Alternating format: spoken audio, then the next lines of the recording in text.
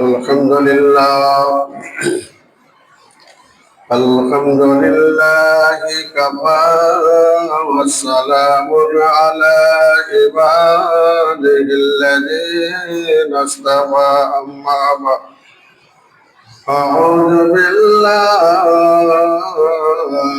من الشيطان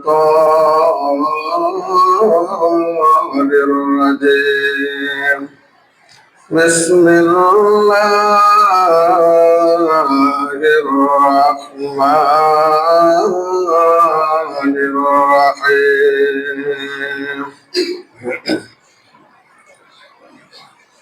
وإذ قال موسى لقومه إن الله يأمركم أن تذبحوا بقرة قالوا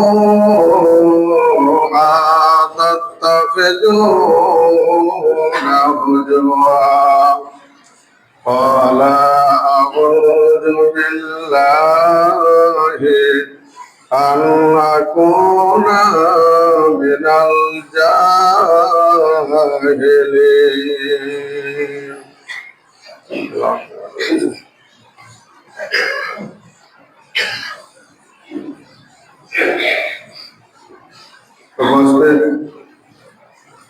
মুসলিম সমাজ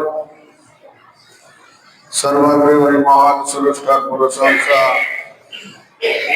যে মহান রব্বুল আলামিন এই ফিতনা ফাসাদের যুগেও এখন পর্যন্ত ঈমান নিয়ে বেঁচে থাকার সুযোগ করে দিয়েছেন। সেই মহান রব্বুল আলামিনের প্রশংসা সকলে বলুন আলহামদুলিল্লাহ। কতবার রাসূল পথ প্রদর্শক হযরত আহমদ মুস্তাফা মুহাম্মদ সকলে বলুন সাল্লাল্লাহু আলাইহি ওয়াসাল্লাম প্রতি সহস্র দুরূদ ও শান্তির ধারা বর্ষিত হোক। আল্লাহুম্মা সাল্লি আলাইহি আল্লাহুম্মা বারিক আলাইহি। ভাই সকল, আজকে যে কথাগুলো আলোচনা করব সেটা হবে যারা লোভী এবং স্বার্থপর এদের পরিণামটা কি হতে পারে। আর একটা কথা আমরা আগে থেকে জেনে এসেছি, জানছি যে চোরের মায়ের গলা বড় আর চোখে মুখে যে দড় সাত পুরুষের সে বড়। এটা শুনে আসতাম, শুনছিলাম, কিন্তু বর্তমান সোশ্যাল মিডিয়ার যুগ, এখন চোখে দেখতে পাচ্ছি।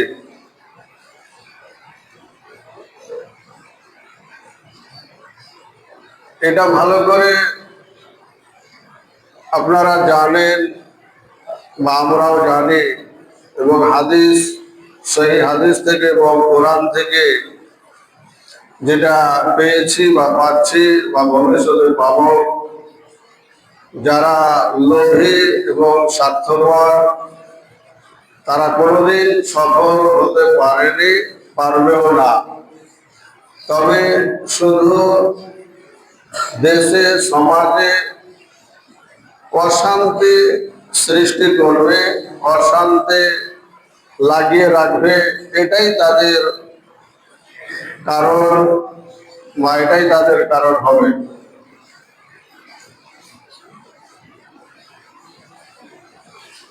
এটা আমরা এখন সচক্ষে দেখতে পাচ্ছি। আর যারা লোভী হবে, স্বার্থপর হবে, এরা হবে রক্ত পিপাসু, দাঙ্গাবাজ, অশান্তি সৃষ্টিকারী। এদের কাজই হবে দাঙ্গা লাগানো, অশান্তি সৃষ্টি করানো এবং রক্ত পান করা। আমরা একটা গল্প জানি যে সুমুর শকুন, সবাই হয়তো আমরা এই জিনিসটা জানি না শকুন কাকে বলে। অর্থাৎ আমরা যেটাকে জেনে থাকি গিধনি, মরা জন্তু খাওয়া পাখি। সেই শকুনের একটা বাচ্চা ছিল। বাচ্চা তার বাবাকে বলছে, বাবা আমি মানুষের মাংস খাবো। তখন বাবা সকালে মানুষের মাংসের জন্য বেরিয়ে গেল। সকাল থেকে সন্ধ্যা হয়ে গেল, কিন্তু মানুষের মাংস পেল না। অবশেষে একটা শুকুরের মাংস পেল। শুকুরের মাংস নিয়ে এসে তার ছেলেকে দিল। ছেলে তখন বলল, বাবা আমি তো খেতে চেয়েছি মানুষের মাংস, আর আপনি নিয়ে এসে দিলেন শুকুরের মাংস, এটা কেমন হয়? পরদিন আবার তার বাবা মানুষের মাংসের জন্য বেরিয়ে গেল। সকাল থেকে সন্ধ্যা পর্যন্ত করল, পেল না। তখন নিয়ে আসলো একটা গরুর মাংস। গরুর মাংস নিয়ে এসে তার ছেলেকে দিল। ছেলে আবার ওই কথা, বাবা আমি তো খেতে চাইলাম মানুষের মাংস, আপনি নিয়ে এসে দিলেন আমাকে গরুর মাংস, এটা কেমন হয়? তখন ওই শুকুর গরুর মাংস আর শুকুরের মাংস নিয়ে শুকুরের মাংসটা মুসলমানদের মসজিদের আগিরাতে ফেলে দিল, রেখে গেল।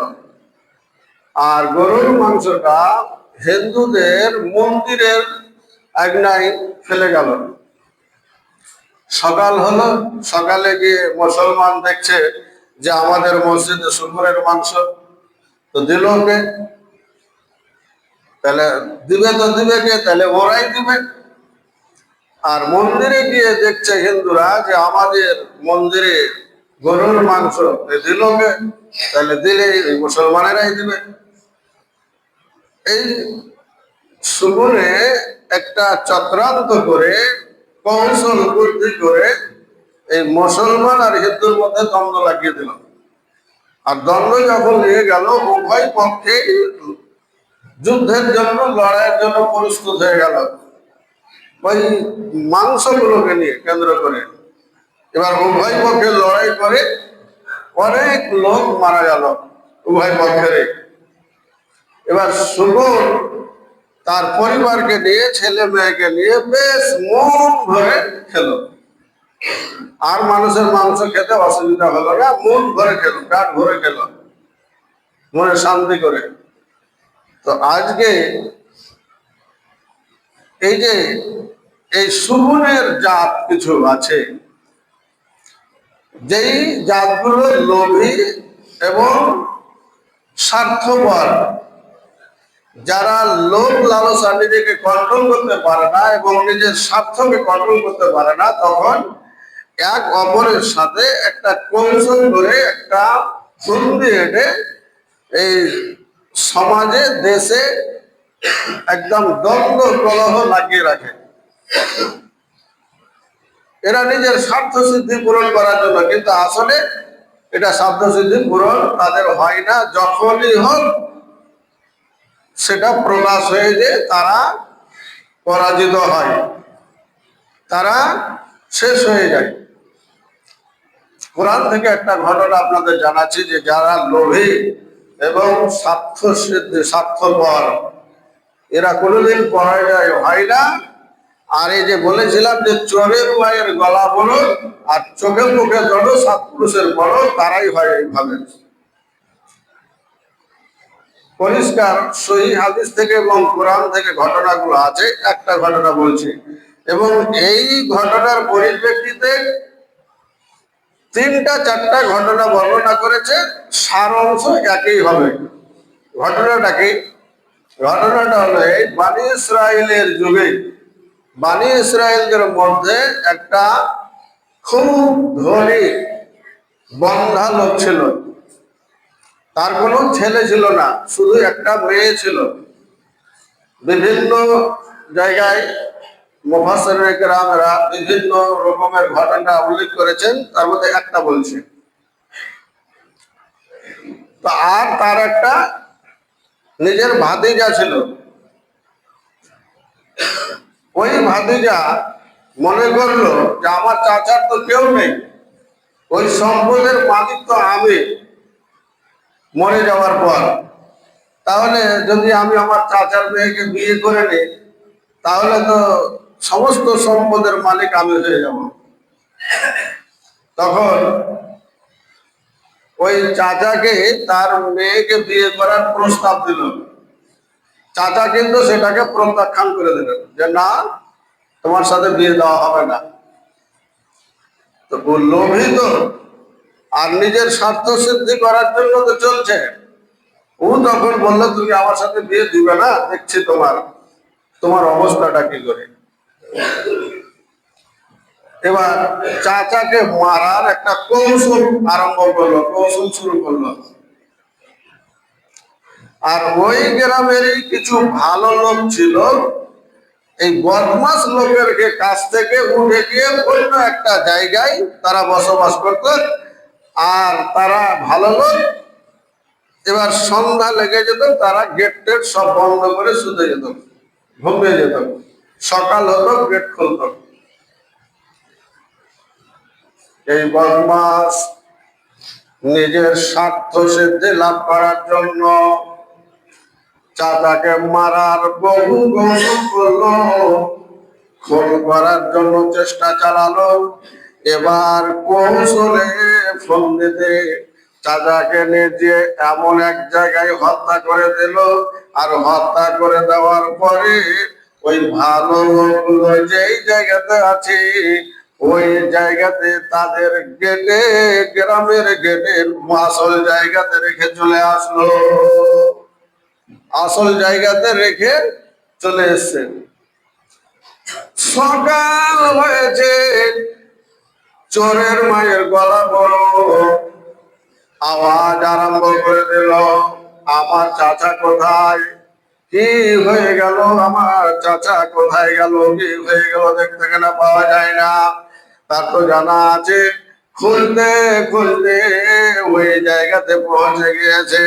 আর যখন তাদের কাছে পেয়ে গেছে, তাদের গেটে পেয়ে গেছে, তারাকে দায়ী করে দিল, তারাকে দোষী সাব্যস্ত করে দিল। তার এটাই ইচ্ছা ছিল, এরাকে যদি দোষী প্রমাণ করে দিতে পারে, এরা যদি দোষটা ঘাড়ে নিয়ে নেয়, তাহলে কি হবে, আমি দিয়াত পেয়ে যাবো, জরিমানা পেয়ে যাব, আর আমার চাচার সম্পদের মালিক হয়ে যাব। এদের কাছ থেকে কিছু জরিমানাও পেয়ে যাব, আর চাচার সম্পদের মালিক হয়ে যাব। এটা তার আসল উদ্দেশ্য। কিন্তু ওই লোকগুলো বললেন না, আমরা এ কাজ করিনি, আমরা সন্ধ্যা লাগলে গেট বন্ধ করে দিই, আর সকাল হলে গেট খুলি, আমাদের মধ্যে এগুলো কাজ কেউ করে না। এখন জোর করে চাপাবে ওদের ঘাড়ে। এখন এর পিছনে কিছু লোক আছে, আর ওদের কিছু লোক আছে। লড়াই হয়ে যাওয়ার উপক্রম আরম্ভ হয়ে গেল। উভয় পক্ষে মারামারি কাটাকাটি করবে, এরকম পরিস্থিতি তৈরি হয়ে গেল।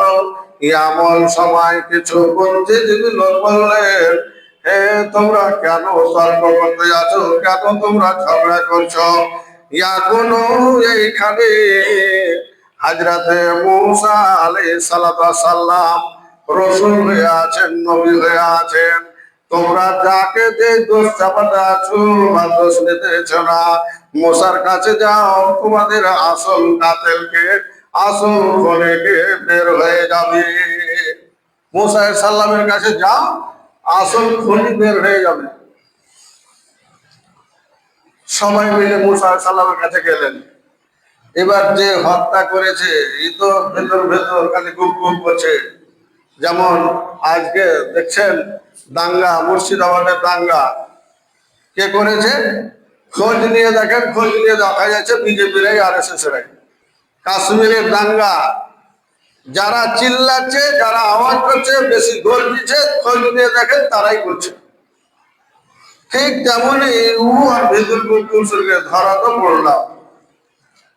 হযরত মুসা আলাইহিস সালামের কাছে গেলেন, যাওয়ার পরে সমস্ত ঘটনাটা খুলে বললেন। হযরত মুসা আলাইহিস সালামের কাছে ওহী চলে আসলো।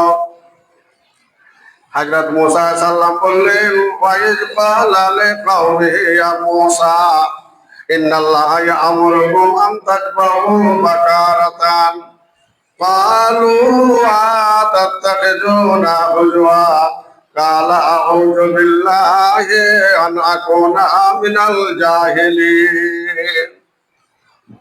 মুসা আলাইহিস সালাম বললেন যে আল্লাহর পক্ষ থেকে নির্দেশ হলো যে তোমরা একটা গরু জবাই করো। গরু জবাই করার পর ওই গরুর কোন একটা মাংস নিয়ে ওই মৃত্যু লাশটাতে স্পর্শ করো, সে জীবিত হয়ে বলে দিবে কে তার হত্যাকারী। এতে কোনো শর্ত লাগা হলো না, সে যে রকমের গরু হোক বলে দেওয়া হলো। এবার চোর তো ফোন করেছে, তো ধরা পড়ে যাবে নবীর কথা সত্য, তখন কি বলে ফাটাম করে বলে দিল কি কালো আতাত্তাখিযুনা হুজওয়া, ওগো নবী মুসা আপনার কাছে চাইতে আসলাম খুনের আসামিকে, কিন্তু আপনি গরু জবাই করার কথা বলছেন।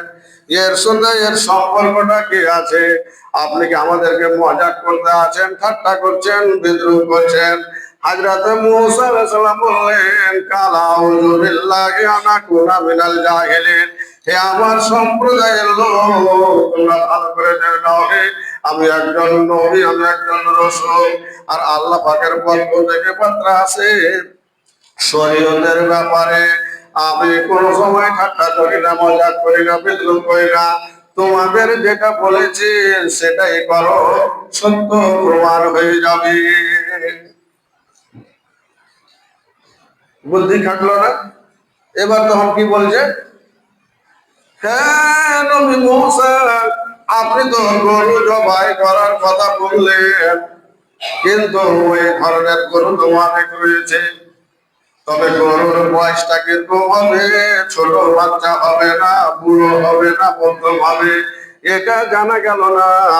আপনি আল্লাহর কাছে দোয়া করেন যেন গরুর বয়সটা বলে দেওয়া হয়। প্রশ্ন হয়ে গেল, আল্লাহ পাকের পক্ষ থেকে ওহী অবতীর্ণ হয়ে গেল। আল্লাহ পাক রব্বুল আলামিন নবী জিবরিল আমিনকে পাঠালেন। জিবরিল আমিন যাও মুসার কাছে। কালু দুউ লানা রাব্বাকা ইউবাইয়্যিন লানা মা হিয়া কালা ইন্নাহু ইয়াকুলু ইন্নাহা বাকারাতুন লা ফারিজু ওয়া লা বিকরুন আওয়ানুম বাইনা যালিকা ফাফালু মা তুমারুন। হে আমার সম্প্রদায়, তোমরা যে গরুটা জবাই করবে এটা বাচ্চাও হতে হবে না এবং বুড়াও হবে না, জওয়ান হবে, মধ্যস্থলের একটা গরু তোমরা জবাই করো। আর জবাই করে নেওয়ার পরে কোন একটা মাংস নিয়ে ওই মৃত্যু লাশটাকে স্পর্শ করবে, উঠে জীবিত হয়ে বলে দিবে তার খলিকে। ফের ওদের ছটপটি লাগা আছে যে বুদ্ধি শেষ। ফের প্রশ্ন করে বসল, হুজুর গো আপনি তো গরুর বয়সটা বললেন, গরুর বয়স তো পাওয়া গেল কিন্তু রঙের সাথে মিলে না। ওই ধরনের গরু অনেক রয়েছে, কিন্তু রংটার কথা যদি বলে দিতেন তো সব চাইতে ভালো হলো। আবার প্রশ্ন করলেন, কালু দুউ লানা রাব্বাকা ইউবাইয়্যিন লানা মা লাউনহা কালা ইন্নাহু ইয়াকুলু ইন্নাহা বাকারাতুন সাফরাউ ফাতিহুল লাউনুহা তাসুররুন নাজিরিন। হযরত মুসা আলাইহিস সালাম বললেন, আমার সম্প্রদায় তোমরা কি করো, এমন একটা গরু জবাই করো যে গরুটার রং হবে জর্দা রঙের, একটু উজালা হলদে রঙের, এই গরুটাকে তোমরা জবাই করে দাও। একের পর এক প্রশ্ন করে চলে আসে। এবার আবার প্রশ্ন হতে যে যদি ওরা ইনশাল্লাহ না বলতো, শেষ প্রশ্ন যে তাহলে কিয়ামত পর্যন্ত ওইভাবে বলতে থাকতো, কিন্তু সমাধান হতো না। তাফসীরে যেটা পাওয়া যাচ্ছে, শেষ পর্যন্ত বলল যে প্রশ্ন করতে করতে যে তোমরা এমন একটা গরু জবাই করো যেটা হালবা হবে না, পানি ফটানো হবে না, তার মধ্যে কোনো খোল থাকবে না, কোনো রকমের দাগ থাকবে না, এই ধরনের তোমরা একটা গরু জবাই করো। আর ওর কোনো একটা অংশ নিয়ে ওই লাশটাতে স্পর্শ করো। জীবিত হয়ে কে তার খনে, কে তার আসামি সঙ্গে সঙ্গে বলে দিবে। অনেক লম্বা চওড়া ঘটনা। তাই হলো। তো তাই যখন হলো, তো গরুটা পাবে কোথায়? গরু খুঁজতে লাগলো। মুফাসসিরিনে কেরাম বলছেন যে একজন সন্তান বাবা মায়ের আনুগত্যকারী, এই সন্তানের কাছে ওই গরুটা ছিল। কিভাবে ছিল? একজন ব্যবসায়িক ব্যবসা করতে এসেছিল হীরা নিয়ে। তো হীরা নিয়ে যে এসে তো হীরাটা বিক্রি করছে, তো ওই সন্তানটা, ওই ছেলেটা কিনছে। ওই ছেলেটা কিনতে গিয়ে বাক্সতে টাকা আছে, আর ওর বাবা ঘুম পাচ্ছে, তো বালিশের তলে চাবি আছে। তো চাবি না হলে তো বাক্স খুলতে পারবে না, বাক্স না খুলে তো টাকা দিতে পারবে না।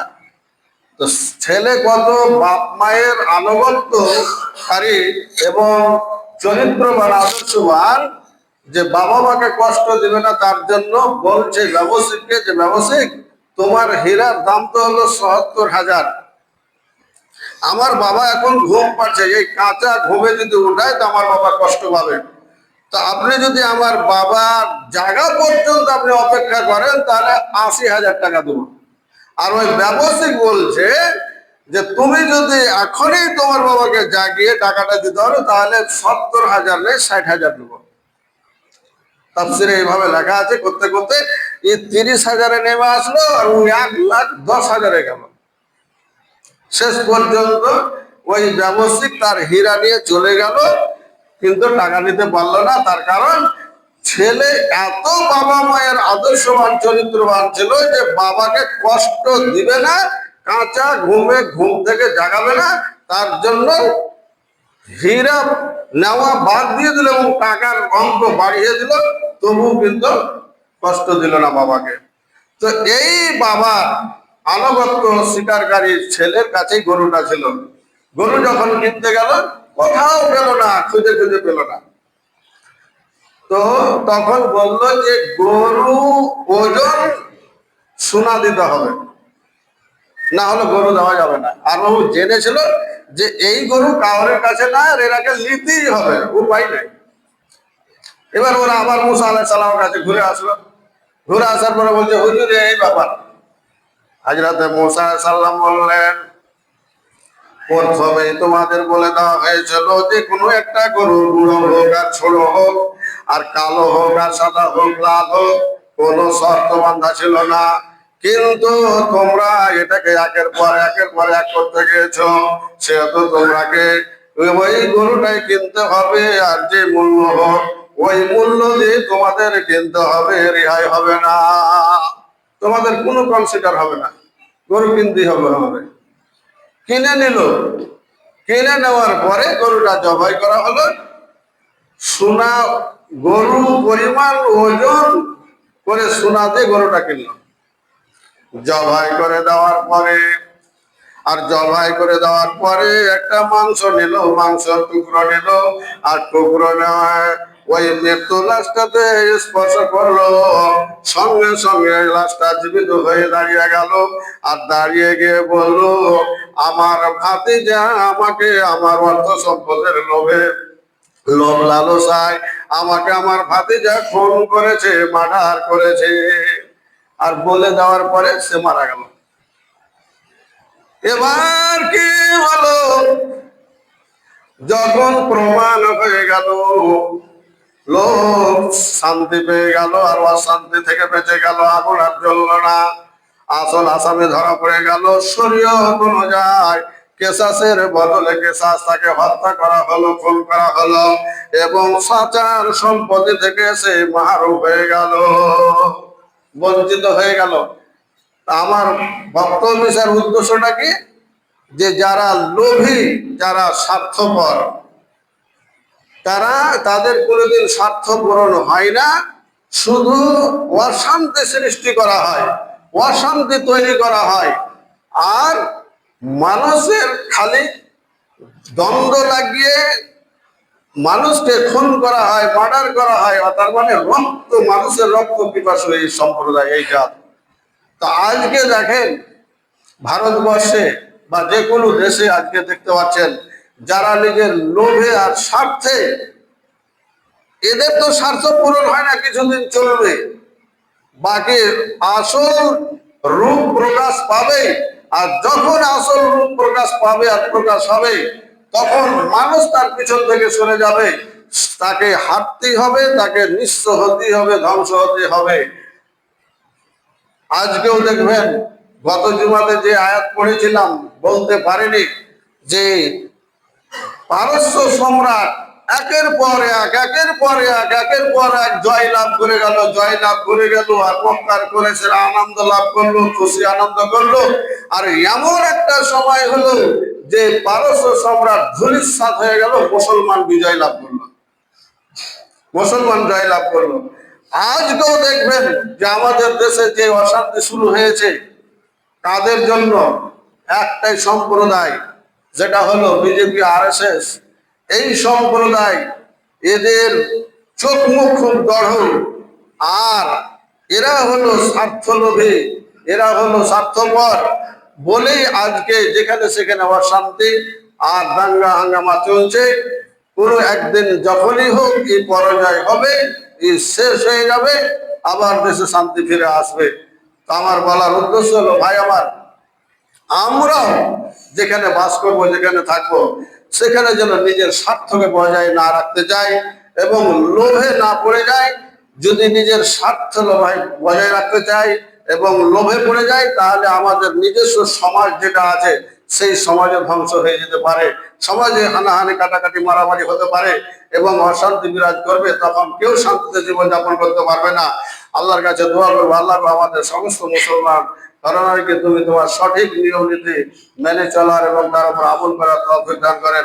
সকলে বলেন আল্লাহুম্মা আমিন। সুবহানাকাল্লাহুম্মা ওয়া বিহামদিকা আশহাদু আল্লা ইলাহা ইল্লা